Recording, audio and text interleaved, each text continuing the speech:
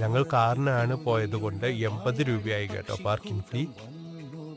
Ticket എടുത്ത് അകത്ത് കയറി കഴിഞ്ഞാൽ 38 ഏക്കറിൽ വിശാലമായി കിടക്കുന്ന ഗാർഡനാണ് നമുക്ക് കാണാൻ സാധിക്കുക. ഇത് ഊട്ടിയിൽ തന്നെയാണെങ്കിൽ ഇതിന്റെ എല്ലാ മെയിൻ്റനൻസും നടത്തുന്നത് കർണാടക ഗവൺമെന്റ് ആണ് കേട്ടോ.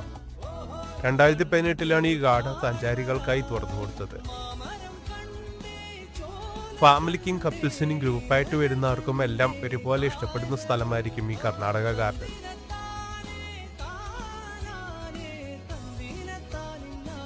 അതുപോലെ തന്നെ കർണാടക ഗാർഡനിൽ ഒരു പ്രധാന അട്രാക്ഷനാണ് ഈ കാണുന്ന ബ്രിഡ്ജ്. ഇനി നമ്മൾക്ക് നേരെ പോകാം ഊട്ടിയിലെ ആദ്യത്തെ ഹാങ്ങിങ് ബ്രിഡ്ജിലേക്ക്.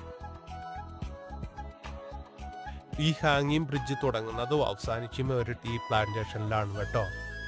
അതുകൊണ്ട് തന്നെ ടീ പ്ലാന്റേഷനുള്ളിൽ നിന്ന് ഫോട്ടോ എടുക്കണം എന്നുള്ളവർക്ക് അതിനുള്ള സെറ്റപ്പും